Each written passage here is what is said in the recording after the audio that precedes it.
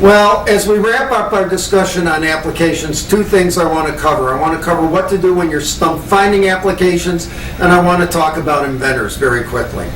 Let's talk about what to do when you're stumped about finding applications. When all else fails, just go walk down the street. Look around, look at the tree, look at the lampposts, look at the houses, look at the cars, look at what people are wearing. Look at whatever catches your eye and say, how can my technology be used there? You'll be amazed how it helps you generate ideas. The other trick I have is called Star Trek gap analysis. That's my term for it. Gap analysis is you take a look at what's going on today, you take a look at what's going on in the future.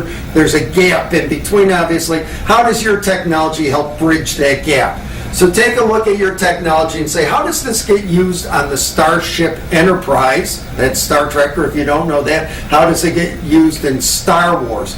Because Star Trek, Star Wars, those kind of things, they're everybody's vision of the future. So is it being used by Dr. McCoy down in the sick bay, or is it, Cotton, the lithium crystal's about to go, and it's Scotty in engineering who's using it? Is it Mr. Spock? Whoever. You got to sort of think about how it would play in the future, and that gives you an idea of how it might play today. Another great way to get applications is to ask the inventor. Duh, right? Because they obviously had something in mind when they invented it, and so they may have a really useful insight. You don't have to take it as the gospel when they tell you what their ideas are, but it's certainly worth thinking about and evaluating.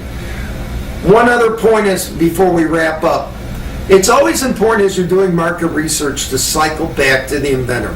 Nobody knows better than the inventor, or the people who are developing it, what this technology can really do, what the potential for stretch is, those kinds of things. So as you're moving through, you want to constantly go back and say, this makes sense to you.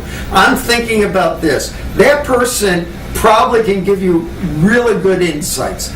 The other thing that's really important is usually you need the inventor's involvement. Why? Because there's always some knowledge that is sticky, and only the inventor, when it gets really sticky, knows it. So if you want them to participate in the commercialization so you can leverage their know-how, now's a good time to engage them in the discussion.